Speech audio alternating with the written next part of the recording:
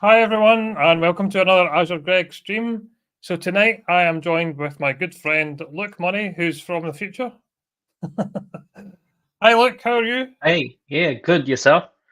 Not bad, not bad. So it's Thursday morning where you are. Yes, 7:30 a.m. on Thursday. Yep. So You guys get up early for me. I love that. That's amazing. So thank you for getting up early. no, the honor's all mine. How Yep. are you doing? Yeah, good. Tired, but yep. I've Yeah. I've, on, I've only had my one coffee. I need more to Oh. function. Yep. Well, hit pause if you want to go and run and get a quick No, quick no, coffee. it's all good.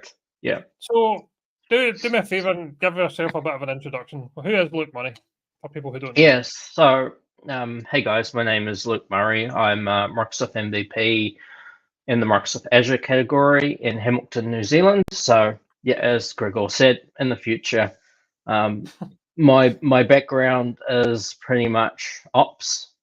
So, do you want me to just list how I got into tech or anything Yeah, like go that? for it. Why not? Why not? It's always good to Yeah, know people's background. yeah. So yeah, my background is pretty much sysadmin, Mhm. computer repair, that kind of thing. So I got into tech very, very early on. I was quite lucky because I knew that I liked computers. Um, I don't know if it was a distraction from real life or anything like that, but yeah, when I was younger, about 12, 13, back in the day of Windows 3.1, 95, yeah, Alan, 3.1 now. yeah, Surely you're not that old, are you? Surely not. nah, but I did use it. My first computer was a Commodore 64, but Oh, those are the I days. did, yeah, and I do have 3.1 actually. Still. Yeah, Oh um, wow. You still got a floppy disk tray. So for people who are of a certain age, that's a floppy disk tray. yeah, We need it's to show people real what a life. floppy disk is. It's a real life save icon. You know, That's amazing. it's yeah. So I've got Windows That's probably worth quite a 3.1. lot of money. Windows 3.1. I haven't looked at this in ages. I have no idea what that is. And Oh, before you Microsoft works. Works. Oh wow. That's MS-DOS 6 upgrade. that's older than you. Yeah. Brilliant. Um, Have all that money. Mi- I bet not anymore.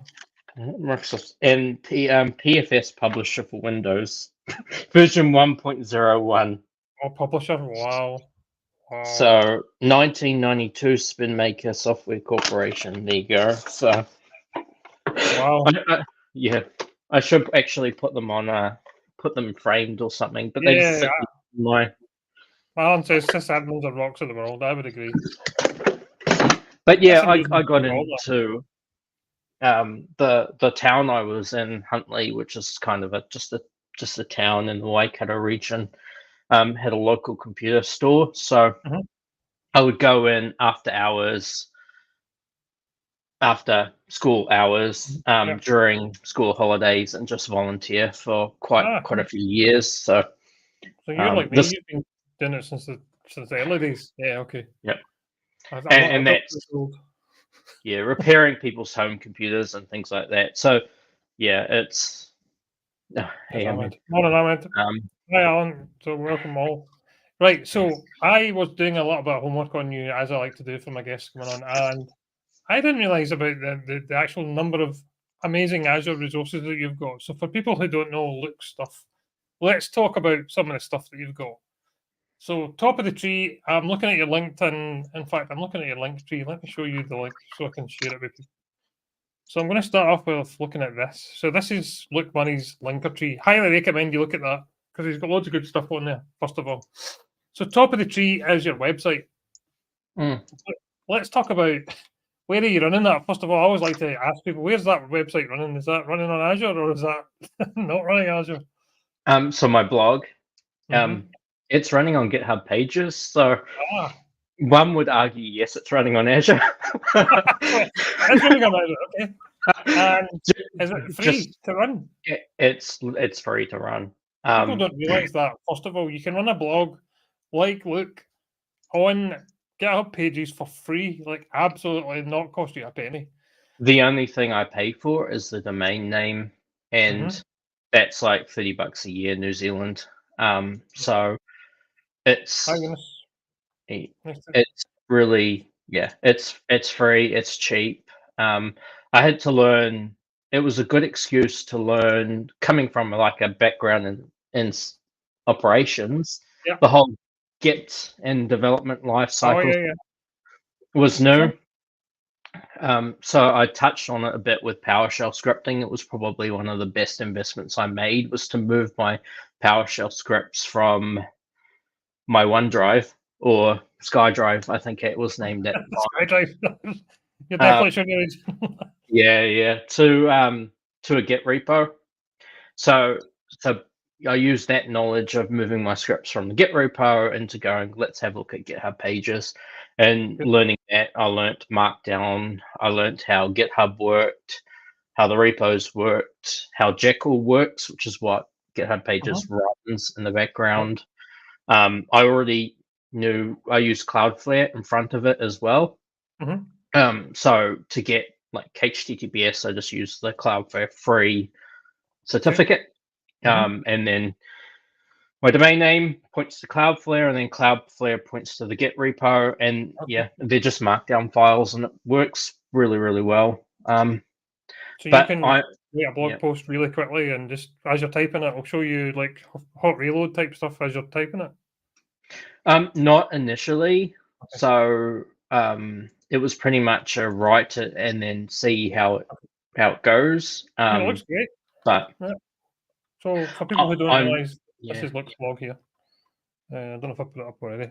So that's Luke's blog, who's running on GitHub pages pretty much for nothing, apart from It started with, I've been, I don't know, quite a website snob, because I get really tired of my website. everyone So does. Everyone needs to do a yeah, refresh of their website just to just keep saying yes. yeah. So there's a lot of articles, like I was just discussing, working on computers for many, many years. So a lot of my articles actually started off written when I Right. was working on repairing computers. And then it's just moved from content management system to content management system to Yep. theme to theme. So WordPress to Ghost to I think I had it running on like PHP at some stage. Oh wow. So I've just migrated the posts between all the Right. different systems, and finally it's on GitHub Awesome. pages. So Quick shout out to Ahmed, who's now got a blog. Because I was had him a wee bit of jip the other day there, and he's like, I've not got a blog, and I was like, oh, you need to get a blog. So yeah, no, it looks really good. Awesome. So I just like asking people what they're running on, because that looks really good. So I see you've got Twitter, Blue Sky, Mastodon. I wanted to ask you, you're using all three. Are you just posting to all three, or which one are you most active on? I'm most active on Twitter, or X, I think, as X. it's called now. Some stuff like my weekly newsletters get posted to all three. LinkedIn less so, but it really depends. I'm quite informal on Twitter or X, but my LinkedIn are more structured posts. Like these are the updates, or this is something I want to share. But a lot of quick things go on Twitter. So, but I'm kind of active on all of them, but definitely more active on X than I am on Mastodon and Blue Sky. Right, I'm going to share my screen because I want to talk. I want to talk to you about a couple of things. Let me just present my screen. Share screen. Entire screen. This one.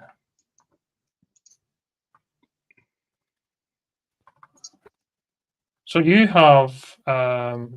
Let me just bring it up here. Bear with me 2 seconds. Yeah, all good. Yeah. Yes, yeah. I'm just reading the chat. Alan, sysadmins are very underrated. Yep. I joke that it's the security guys that say no, but back in the day, it used to be the sysadmin guys saying no to the developers. So the tables have turned.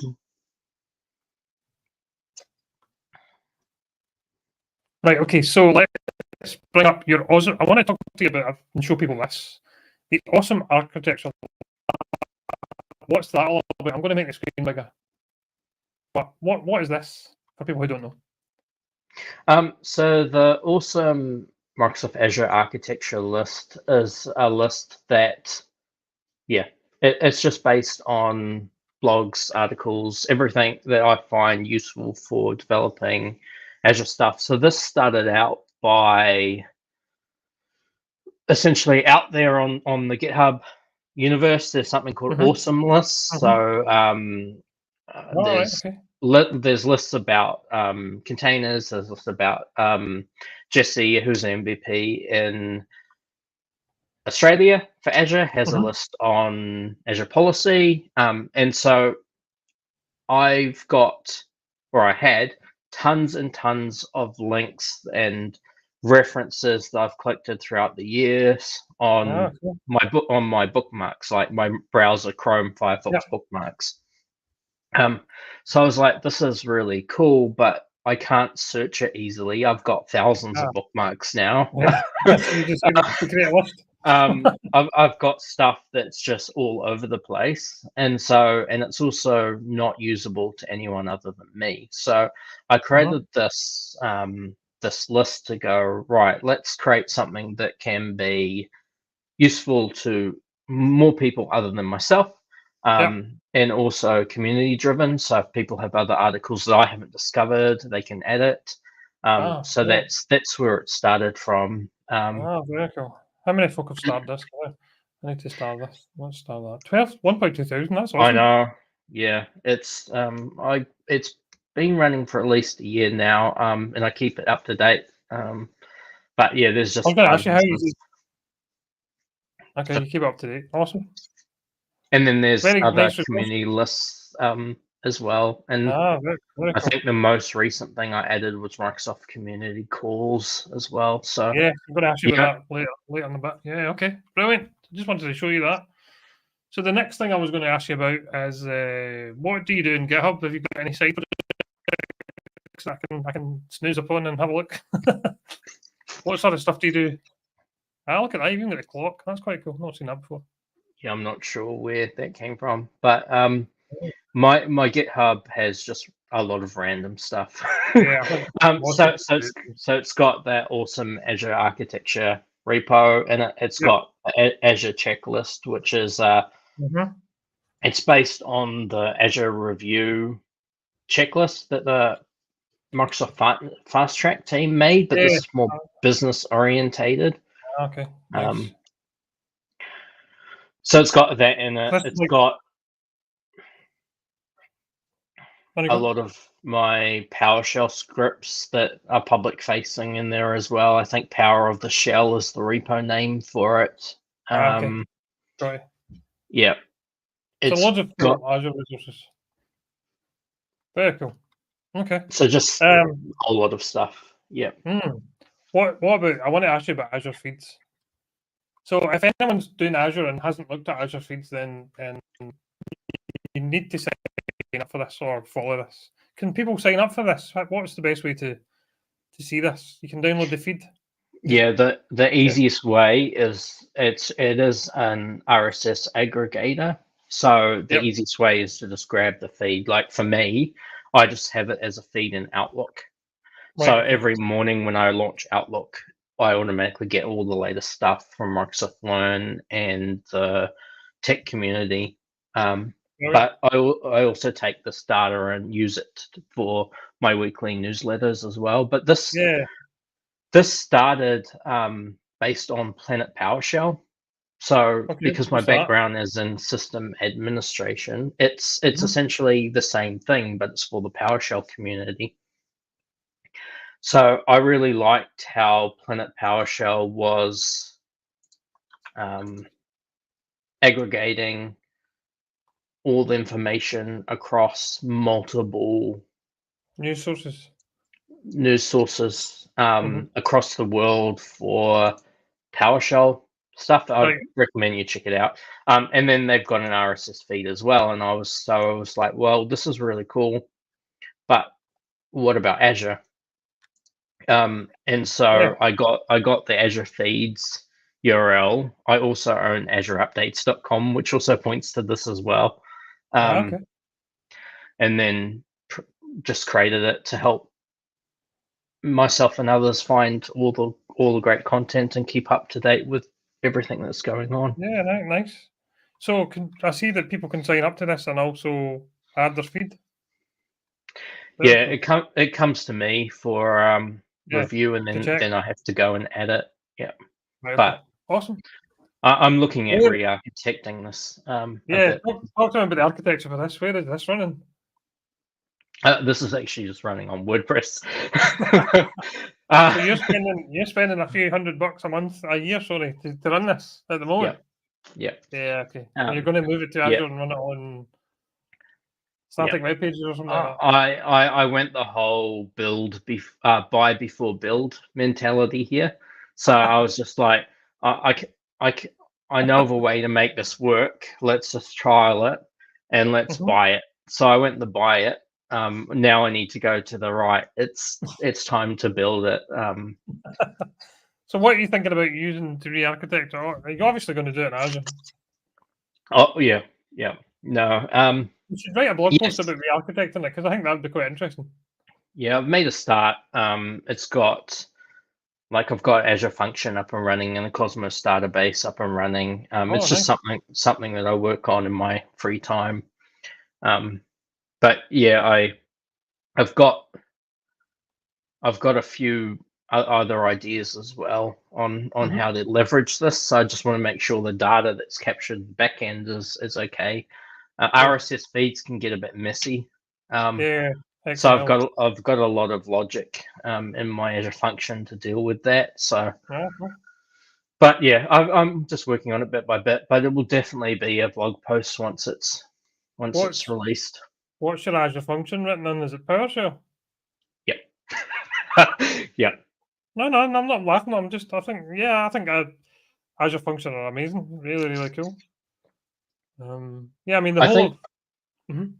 I think PowerShell is an underrated skill, and you don't need to be 100% agree. you don't Yeah, need to be a Python developer or anything like that.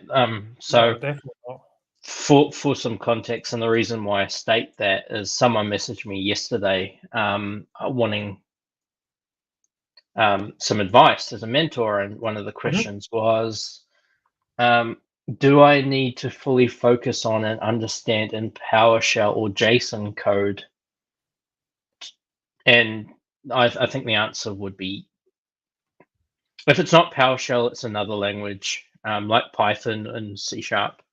And the reason I say those languages is mainly around the support of Microsoft documentation. Like you go to Microsoft Docs and they've got examples in those languages. Like you could do it with anything else. Like pretty much everything to Azure is an API call, but the support, like Microsoft, give you reference material to work from in that case. So I think definitely you don't, like for us that's coming more from the sysadmin ops IT pro world.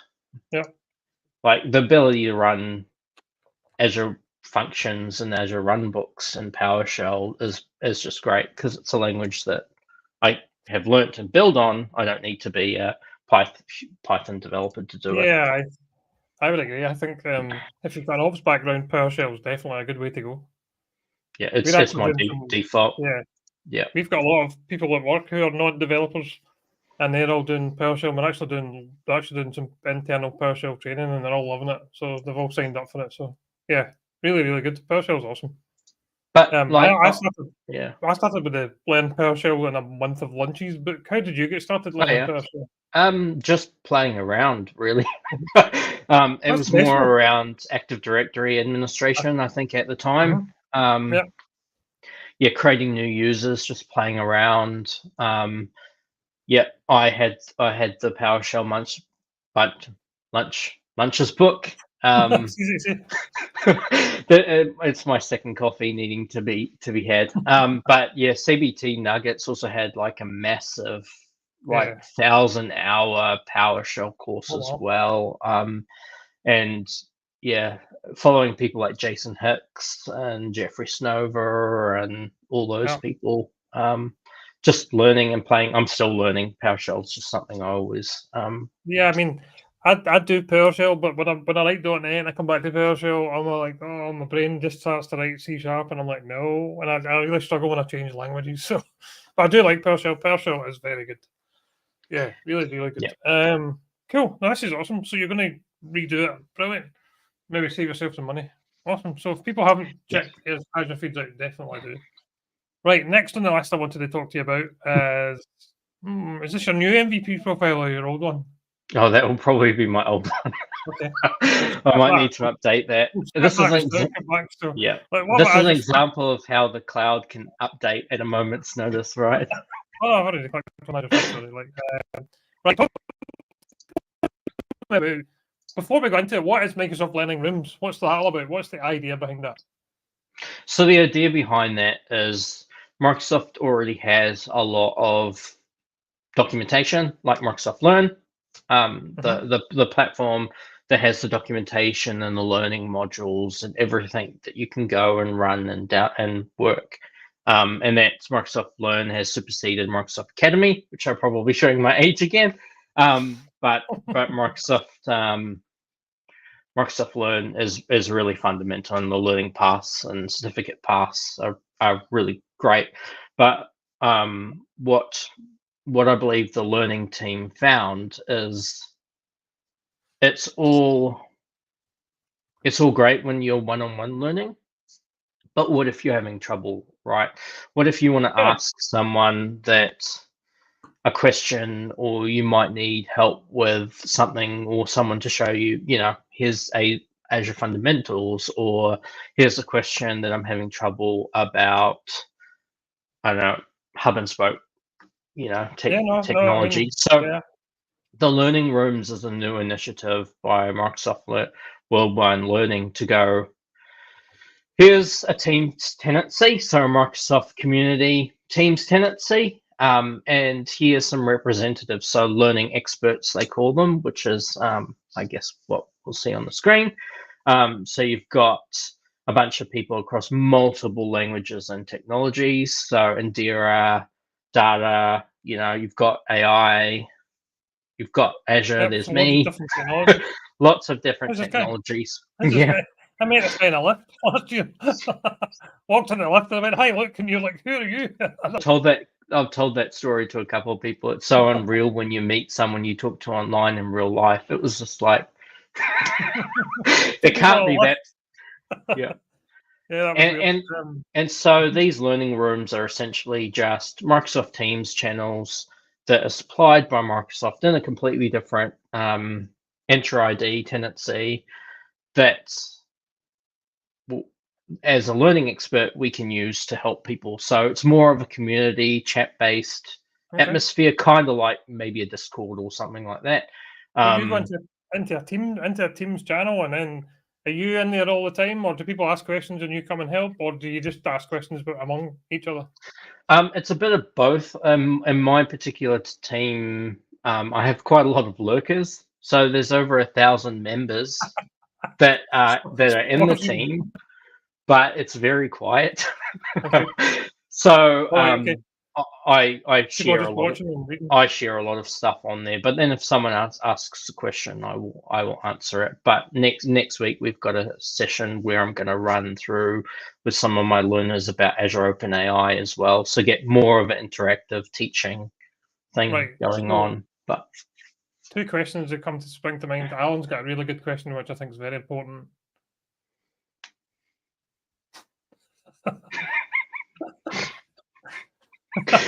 I'll let you answer that one.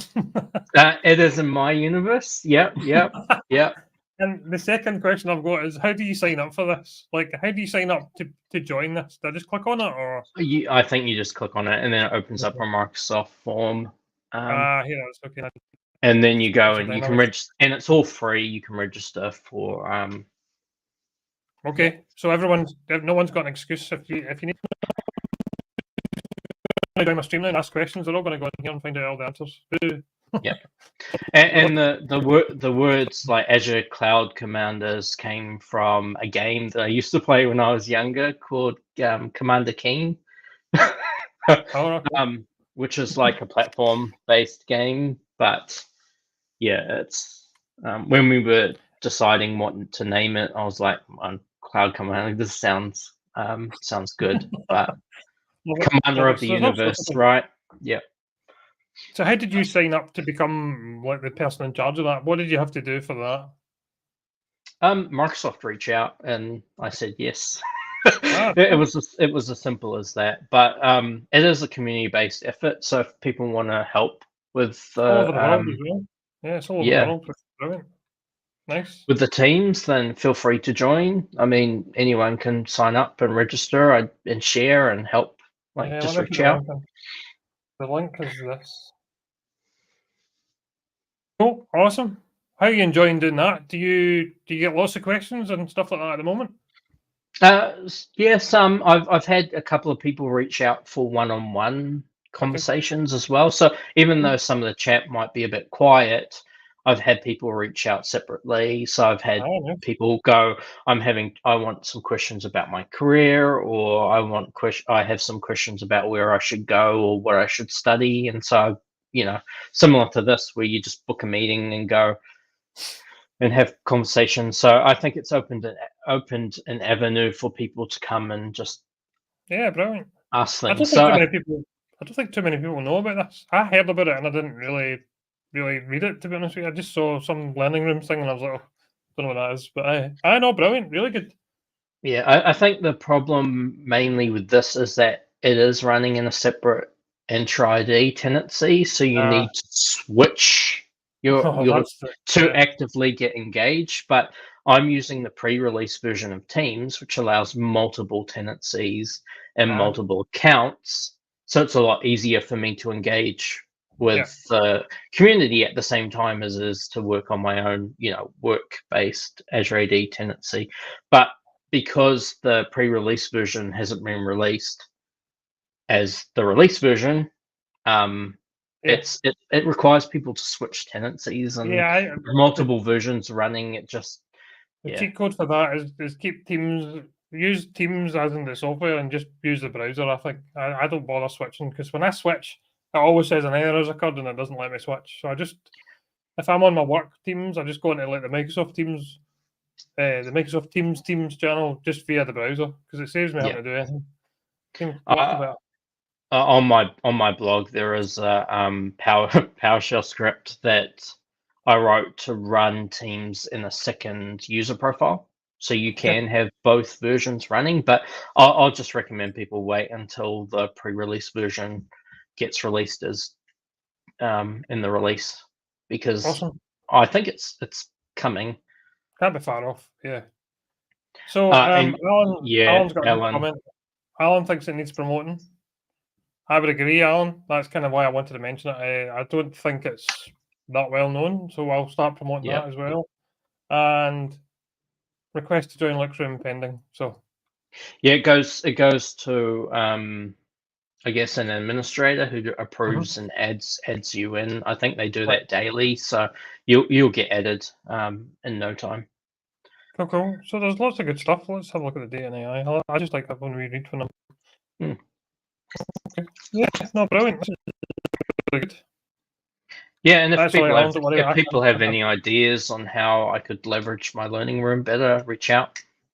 Um, Yeah, no, it's definitely. like If you my want to own join mini in. user community, really. Yeah, What's that? it's like my own little user community. There's nothing wrong with that. That's a cool thing. That's a cool thing. So what else have we got to cover? I think that's pretty much it, to be honest with you. Certifications. So I wanted to ask you about these. What are you doing any at the moment? Are you fed up doing them? Are you kind of bored of them? Are you doing more? Or where are you with the certs at the moment? You've done a lot, Um, obviously. yeah, I love certifications. Yeah, they give me a really defined learning path on learning stuff, right? Yeah, I mean, somebody the other day there who shall remain nameless was like, stop wasting your time with certifications and paying for them. And I was a bit like, I don't agree with that at all. Yeah, I I've always loved them. Most of my certifications I pay for myself. Most of the training material I pay for myself. It's just because learning's your own responsibility. And yeah, the learning, it's not so much about having the certs, but it's more about learning and knowing the content that the certificates are giving you. So it's not about knowing everything about technology. It's about knowing that the technology exists, right? Yeah. That's kind of how I look at it as well. But yeah, I'm studying the AI engineer exam at the moment, as I'm guessing quite a lot of people are doing. Yeah. Is that AI? What's the exam code for that? 102. Well, 102. Don't think I I've think I'm not sure it's. if I'm Let me bing that for you. Let me Google it. Don't bang it. Surely you don't bang it. Yeah, AI 102. I'm denying it. Yep. Something controversial. I don't think I've done this one. Is this new or has this been out for a while? It's been out a while, but they are changing it. Okay. And I heard rumors that this exam is actually now open book. Oh, really? So within, I've forgotten. yeah, I've done this. The only thing with this exam is it's still all the cognitive services, and this sounds bad, but I think these are going to start to disappear or change dramatically because I just think the AI tools are going to be better than some of this stuff. I really do. I think these are going to change quite dramatically. So, yeah, okay, good enough. Good enough. You're right. There's nothing in the content about Azure, like Azure No. OpenAI, right, No, or any of that yeah. stuff. But it is getting added. I think it's actually this month. There's changes to it. So yeah, okay. One of the things you do need to do is keep an eye on the exam changing. There's a guy on LinkedIn I always follow. I'm going to just share this if I can find it. Bear with me one second. The guy, is it Jerome or something? I can't think his name though. That's the only problem. And he always puts up. In fact, I'll see if I can find it on Twitter real quick. I retweeted it earlier on. He tells you when the exams are changing, so you need to keep an eye on that kind of stuff. Let me just see if I can quickly go to profile and links because it's. There's a really cool certification Reddit as well, like Azure certificates or certifications as well. So yeah, if you're interested, and that's where I saw the posts about the AI exam being open book. So within the Pearson View interface, you have the ability to open up Microsoft Learn directly within the actual exam. Oh, I can't find the guy's name. I'll share it on Twitter later on. But yeah, there's a guy who posts when the exams are going to get updated. So keep an eye out for that. Bonus point for Luke for not bothering. Yeah, bonus points for not renewing that one. I love ITIL. I really do. I was already certified in V3, but I loved it so much that I needed to do 4 for the 4th Industrial Revolution. But yeah, I don't love it enough to do all the continuous points that you need to do to keep it active. But I'll still put it on my CV as being certified in it. Totally. Yeah, I can't find the guy's Twitter, but I'll share it once I do find it. It wasn't Thomas Ahmed. No, it wasn't Thomas, but maybe Thomas probably does that as well. So you're doing that exam. When have you got that planned for? I've got it planned for the end of this month. Oh, cool. So what other things? What kind of other things you've been up to? I think that's me. What about your YouTube? Your YouTube, you've not really been doing much for YouTube at the moment. Too busy. Nah, I'm more of a blog person. It's how I learn. I learn by reading, so I do the same thing. But I want to get into YouTube videos a bit more. Like a lot of my blog content can be turned into videos. I get very. It's not good enough. Like I create a video and then I'm like, this is just rubbish, so I'll delete it. Everyone does that. I still do that. To be honest with you. Yeah, I've got about 400 videos unpublished that I'm probably never going to publish. But yeah, that's just everybody's like that. I always think of it as like 0.1 version 0.1 of everything's rubbish. You know, your blog's rubbish, everything's rubbish, and then you just get better and better over time. But you just have to learn it. Just you will get better. Like when I started Yeah. doing streams, I was like, I'm petrified. I'm going to shut down the stream midstream or press the wrong button or something. And now I'm just like, let's just go for it. I wanted to talk to you about this real quick because this is another website that a lot of people don't really use. The tech community. Do you use this yourself much? I used to. It was actually one of the reasons why one of my major contributions to becoming a Microsoft Azure MVP is because Okay. people would write in tech community. They would ask questions, like example Ask of questions. this, Yeah. and I would answer them. So Well, a you lot of can go my in here and search for like Azure, for example. yeah. And I'll show you the Azure community, just in case somebody doesn't know what this is. You can go into like Azure. Let's do Azure here. So 41,000 posts. So this is a good website for going in and asking questions again, and people reply with help. So this was kind of like before the room thing. Yeah, and a lot of it's shifted a lot to Microsoft Q&A, which is the newer version of this. So a lot of my work that I do is in the Microsoft Q&A now. So under the Azure tag. So I do a lot of answering questions. You're on here now. Let's see if I can find this. Is it Q&A forum? I can never. Here we go. No. Is it this one here? What's my here? It's here. If you go to I don't use that. Yeah, go up in the if you go to the navigation blade on the left hand side and just scroll up. Click on Microsoft Community Champions. So you don't have to be a Microsoft MVP to help. So I'm a Microsoft Q&A champion, and as part of being able to, there's also a leaderboard. So if you click on Eat Leaderboard, Alan. So for example, in here, I'm in the top 2 for answering questions for all of Azure for July 2023. Oh, nice. I forgot what year it was for a second there. So anyone can go in here and ask questions for Azure related topics. But yeah, anyone can go in. Anyone can go and answer them. You don't have to be a Microsoft MVP. I think Alan does a fair job as well of answering questions. I've seen his name pop up a couple of times. And yeah, it's after you've answered a certain amount of questions, Microsoft will probably approach you going, hey, that's Alan. Yeah, different Alan, but yeah.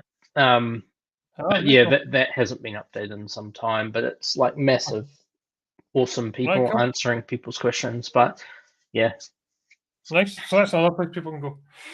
All right, cool, good. I just thought I'd mention that because I know of it. I don't really use it, to be honest with you, but okay, nice. It's always good to show all this stuff. As part of the community champions, if you make it to that leaderboard, so you answer the top, you're in the top 10, Microsoft will give you a $50 US gift card voucher as a thank you for helping. So the couple of times that I've got that, it just goes straight to a New Zealand charity. That's very kind of you. That's very nice of you. Good stuff. Good stuff. So you and Ahmed are doing is it a podcast you're doing? Tell me about the podcast you're doing. Yeah, so the podcast we're doing is called Azure All Stars. So it's about the azureallstars.co.nz is the URL. And the podcast is about highlighting community champions, very similar to what you're doing in this stream, highlighting people about their career journey and getting more people involved, because everyone starts their career differently, right? Like I started when I was very, very young. I knew I was into computers, even though I didn't know what that really meant or what that was like at the time. I just knew I was passionate about it. Other people are coming in from doing computer science degrees. Other people are coming in because they're landscapers and all of a sudden they want to get into tech or something. So it's all about highlighting their career, community involvement, how they got into tech, any learnings they've had along the way. And we're trying to aim for one episode a month. That may increase, but we've got a fair amount done at the moment. So got another one lined up for today. Oh, cool, nice, good. Going back to your blog, you were talking about getting started with GitHub code spaces. What were you doing with that? Was this something you were just learning for the first time, or have you used it quite a wee bit? I've used it on and off, but not as heavy as I have been in the past couple of weeks. Right. So GitHub code spaces is essentially a way of running a Docker container in a code space hosted by GitHub with Visual Studio laid on top. So it's a really good development environment. So if you were working on a project and you said, Greg, can you please fix a bug? I could basically, without pulling the code down like you would normally do locally, I could just open up a code space and then pull it down, and there's a Visual Studio Code in a container running on the screen. I mean, that's amazing when you think about it. That is amazing. The fact that I could change your code and commit it, and then you could, without even deploying it to my machine is brilliant. Like in my example that I did, I changed so by default when you go and you launch your code space, you get a default container that GitHub supplied. Like it's just a Ubuntu image really, and it will run. It's optimized for running in, for development and running Visual Studio Code.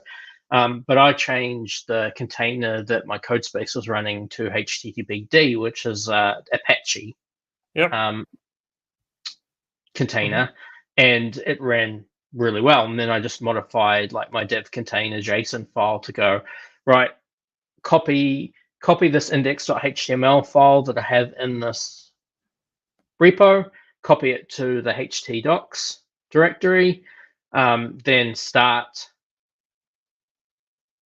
HTTPD, so start Apache, and then open up port 80.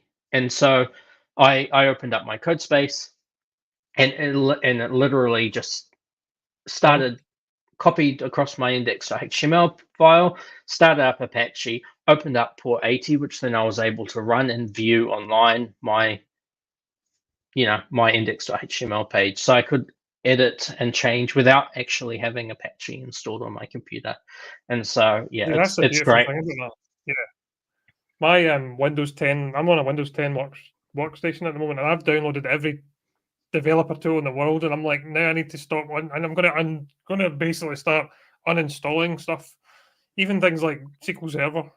Don't need Management Studio, I don't need all that. I can use containers and code spaces for this stuff. So and that's where I was at as well. As I install everything under the sun on my personal computer, until the point that every month or two I was reformatting and reinstalling.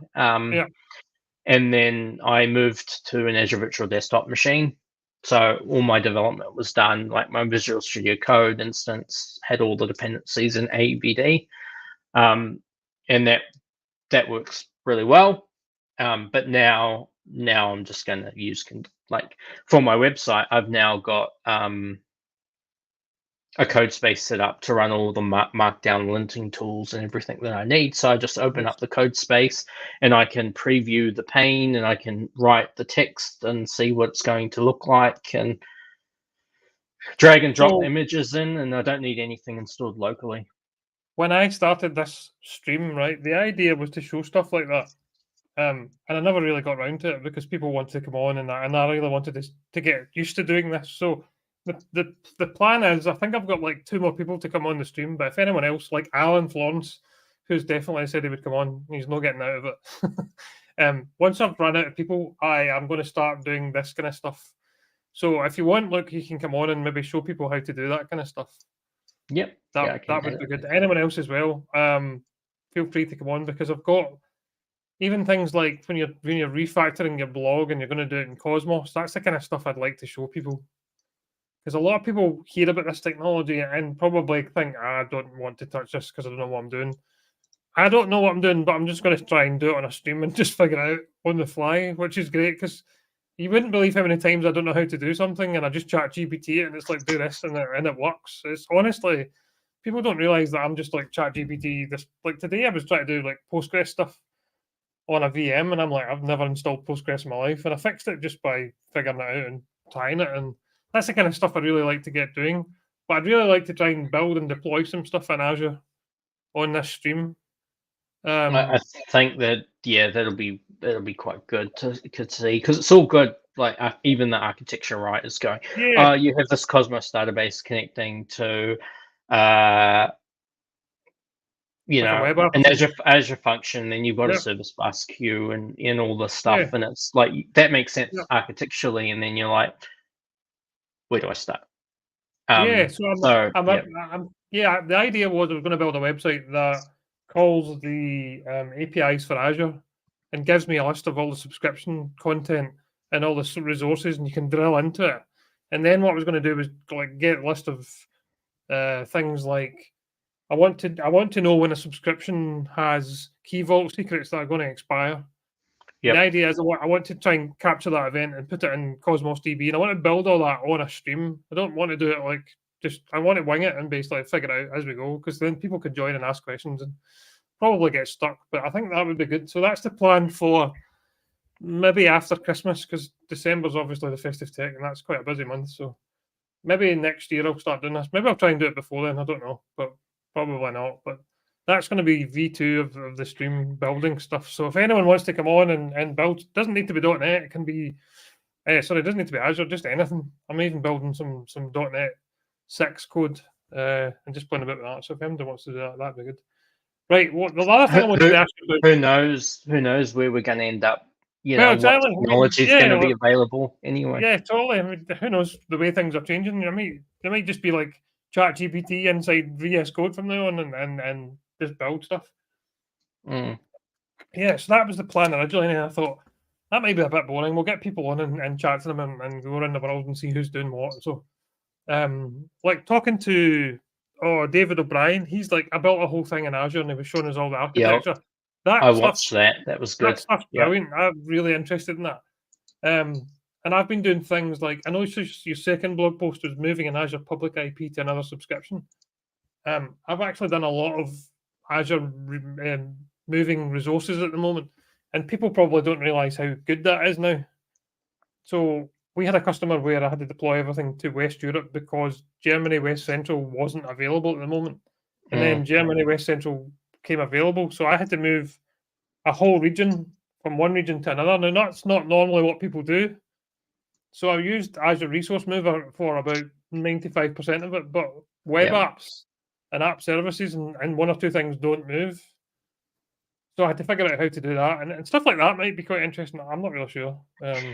Yeah, it's going to be really interesting. So for those, like I did the talk on Azure Resource Mover in last year. It's actually on YouTube, but it's come a long way. I think storage is now supported where it wasn't back in May last year when I did the talk. But it's going to be really interesting because for people that don't know, New Zealand doesn't actually have an Azure region. So when we're using Azure, we're actually using the data centers that are based in Australia. You'll be getting some soon, will you not? Is there not? Yeah, but there's a region that's been built, and it should go live very early next year. So a lot of those conversations, like you won't be surprised if you start to see some of my blogs starting to reflect, and a lot of the conversations we're having with our customers is do we just keep the resources where they are? Because like if you're running, a website and you've got Cloudflare or another CDN on top that has like a point of presence in Auckland, which is, a city in New Zealand, what's the point of spending the effort to move it from Australia to New Zealand because we're already accessing a local front end and in New Zealand anyway. So there's a lot of stuff that we just will I would, if, most likely just keep there. But yeah, but my advice to you would be keep it there. The reason why I had to move it from West Europe to West Germany Central was GDPR type stuff. In Germany, by law, the data has to stay in Germany. But the problem you have is when they opened up Germany West Central, every company who was in Germany wanted to move everything back, so they ran out of resources really, really quickly. And there's still people, if you look at the MVP forums, there's still people saying there's just no availability because everyone's trying to move there. So be careful when New Zealand opens. Everybody's probably going to use up all the resources really quick, and then you'll run out, and then it's not good.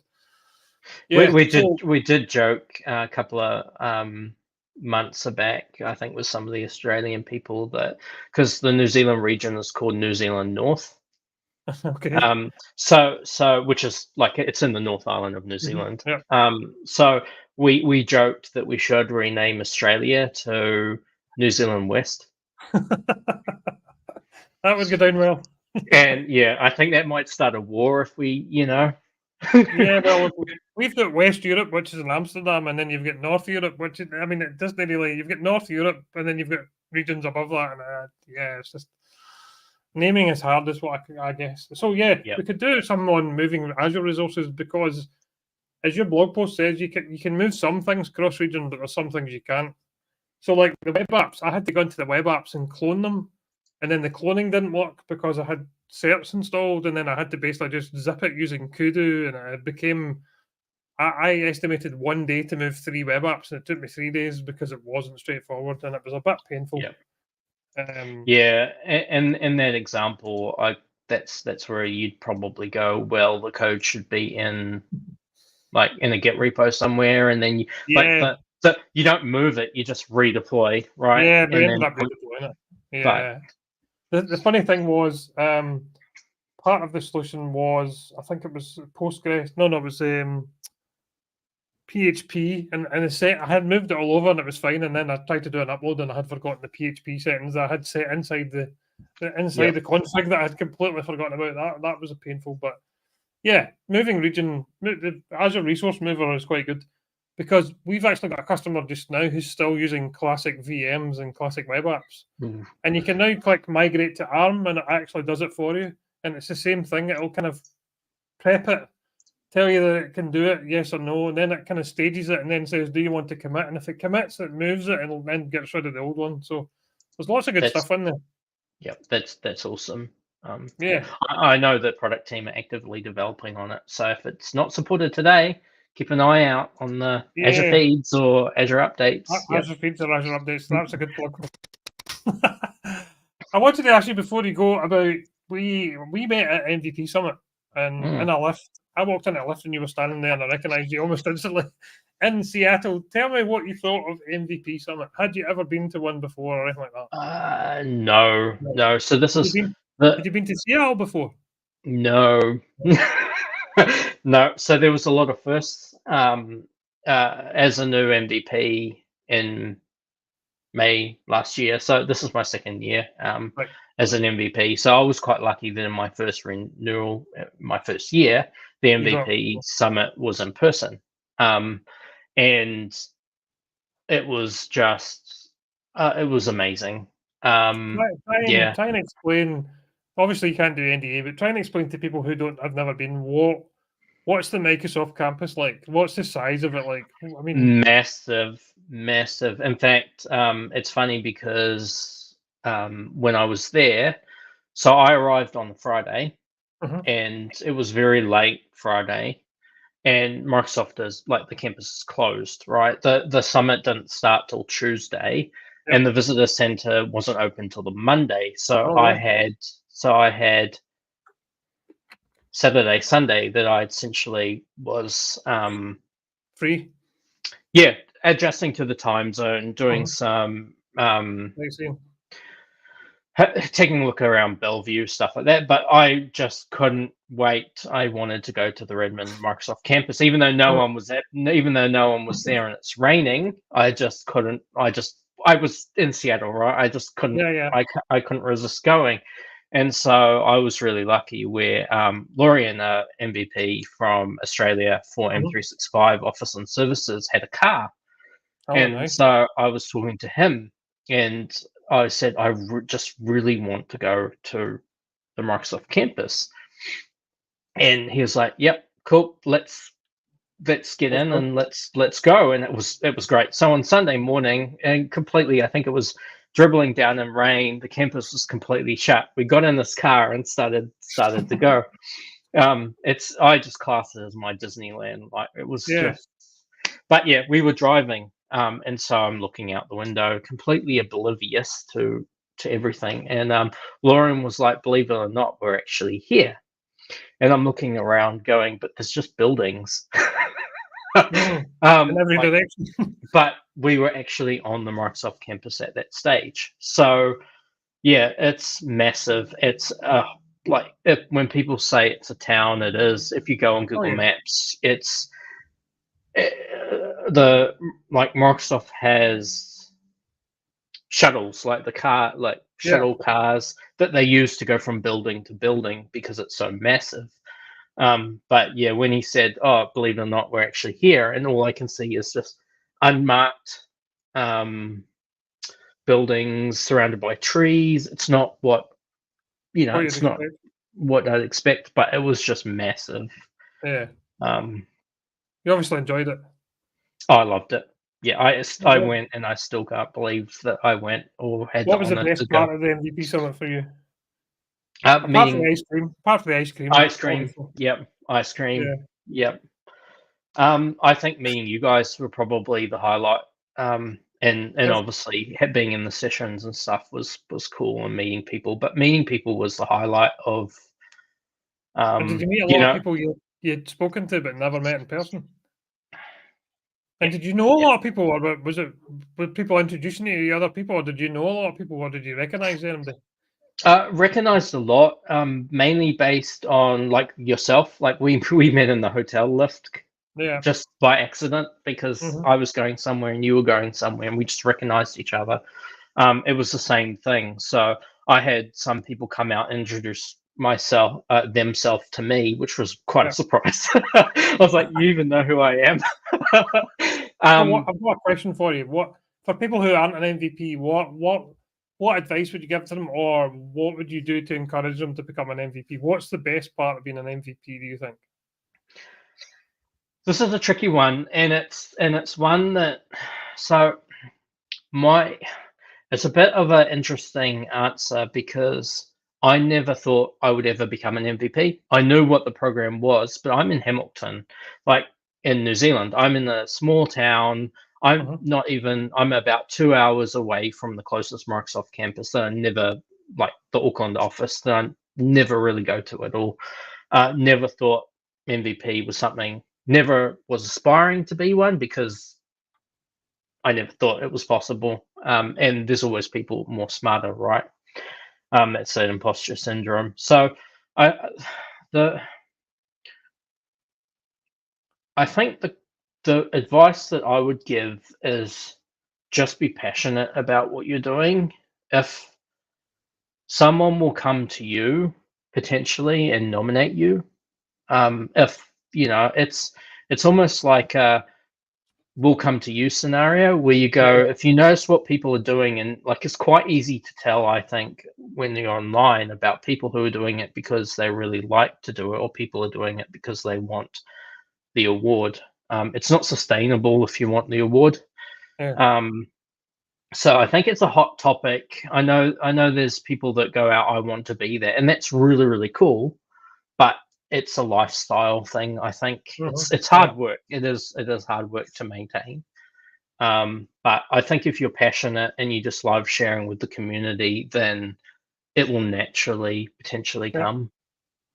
Yeah, it's most about giving back, though, isn't it? A lot of people see it as doing stuff for the product teams and all that. I don't see it as that. I see it as the chance to give back and kind of write blog posts and just, my one advice is what I do during the day. If I think that's interesting or I need to remember that, I'll write a blog post about it. I don't really go out of my way to write a blog post unless I find something interesting. So I haven't really written a blog post for a while, but I really should. But yeah, if I find something interesting that I've struggled to Google and get the answer, then I'll just write a blog post Yeah, about it. And yeah. lots of people are MVPs who just do blog posts. You know, you don't need to speak in public. You don't need to do lots of different things.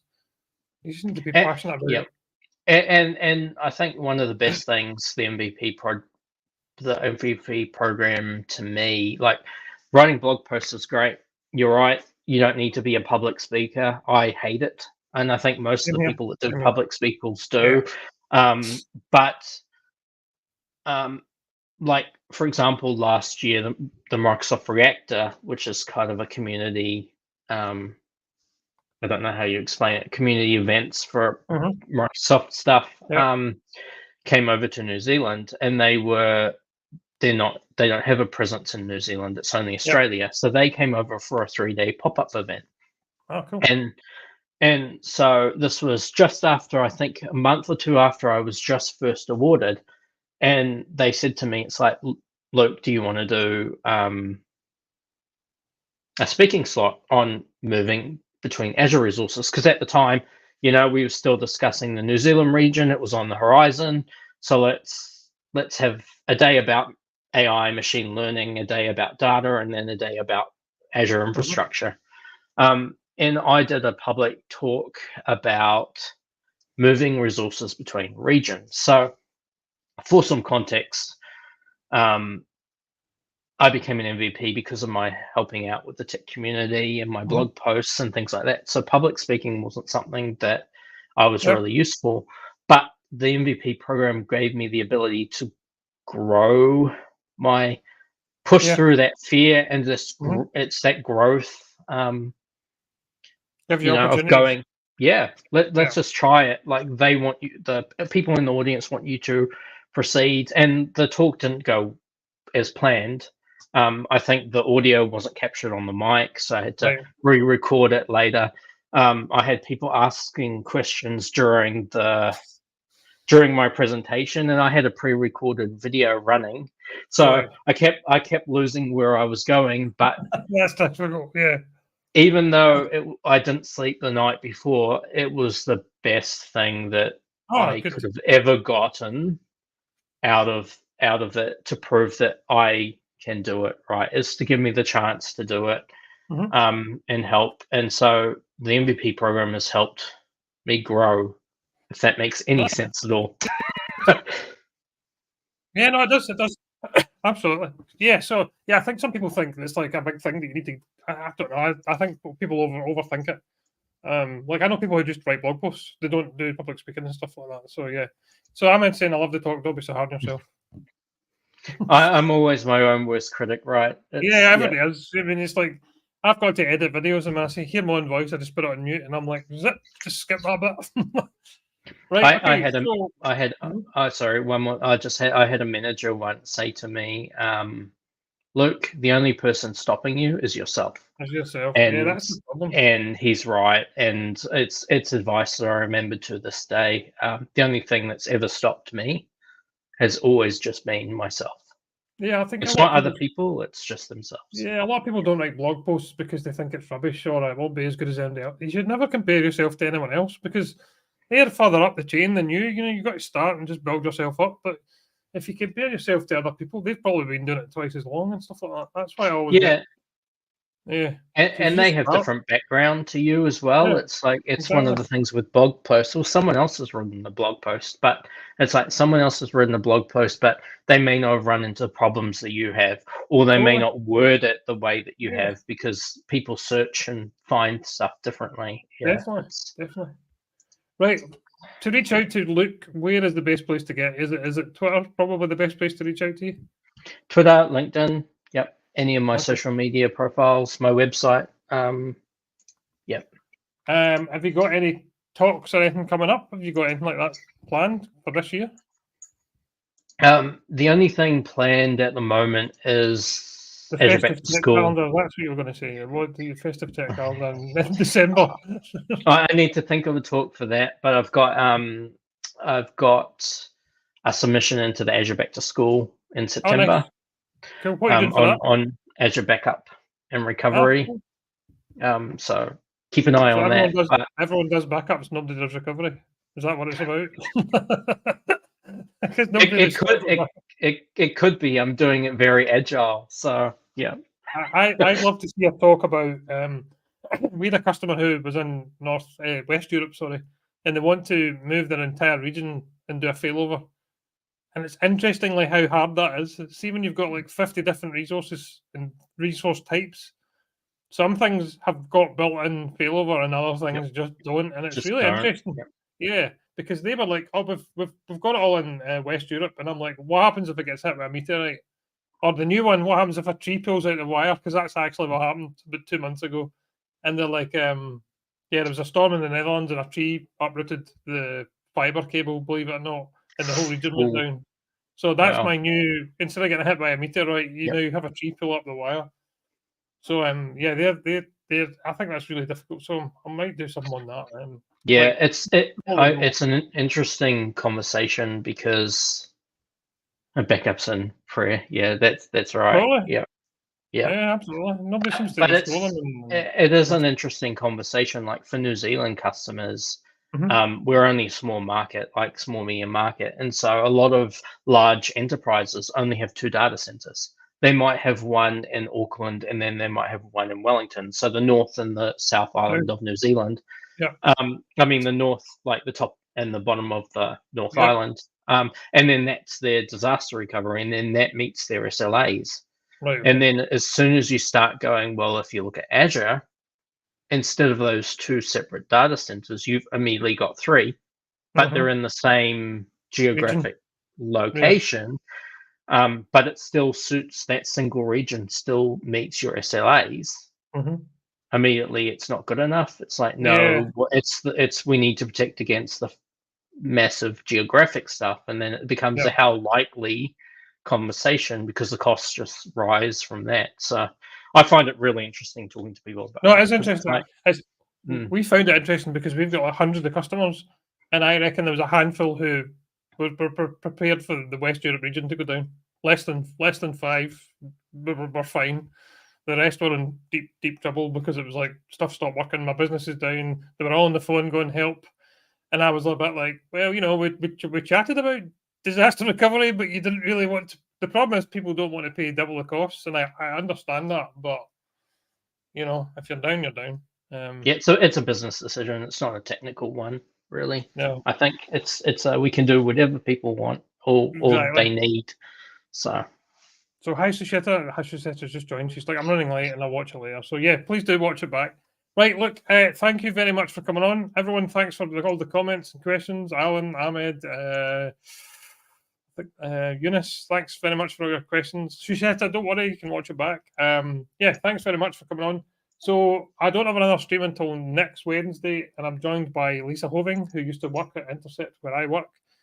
And we're going to be chatting about data, AI, Databricks and Python, and there's also a thing called Great Expectations, which is the best name ever. So there's some sort of data manipulation thing called Great Expectations. So we'll be talking about that.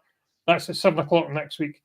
I do have someone else who I cancelled last week because my internet went down. Anthony Mashford, who's talking about net apps in Azure. So I need to reorganize that. So I'll keep an eye out for that as well, maybe this week or next. Look, it's been a pleasure. Thanks for getting up really early. Hopefully you can go and get another coffee. Thank you for having me. It's been an honor, and thank you for rescheduling so many times. We'll tee up some more Azure sessions where we're building stuff. We'll get other people on as well, and we'll do that as well. So if anyone wants to build stuff in Azure on a stream, you're more than welcome. Alan, I haven't forgotten about you. You're definitely going to come on a stream. He's quite shy, so hopefully we'll get Alan on a stream as well. Right, thanks very much, everyone. I'm just going to play the outro video. So thanks again. Cheers. Thanks for coming on. Stay where you are, Luke, and I'll chat to you in 2 seconds. Yep.